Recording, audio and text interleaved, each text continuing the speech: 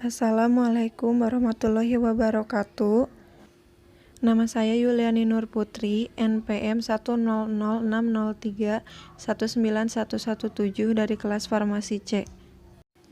Adapun tujuan saya membuat video ini adalah untuk memenuhi tugas mata kuliah Farmasi Fisika mengenai tugas narasi audiovisual materi surfaktan.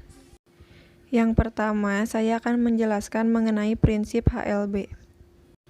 HLB sendiri merupakan singkatan dari hydrophilic lipophilic balance, adalah ukuran keseimbangan hidrofilik lipofilik dari suatu zat aktif permukaan. Disebutkan bahwa semakin tinggi suatu HLB, maka semakin hidrofilik zat tersebut, begitu juga sebaliknya.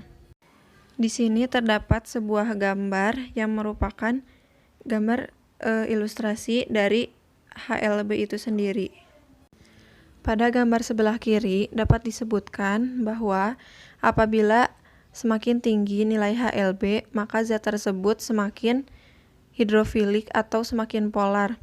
Dapat dibuktikan dengan surfaktan yang lebih cenderung ke air.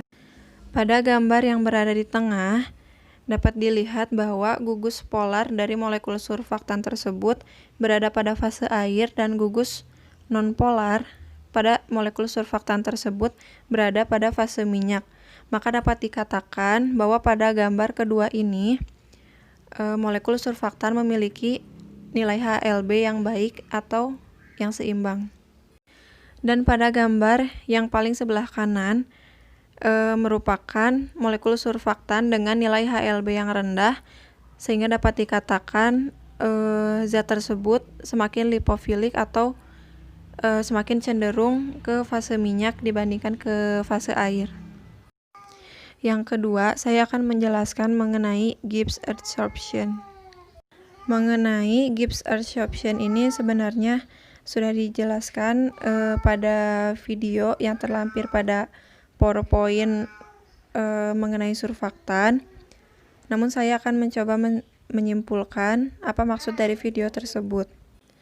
Dapat dikatakan di antara surfaktan dan Gibbs adsorption tersebut memiliki hubungan.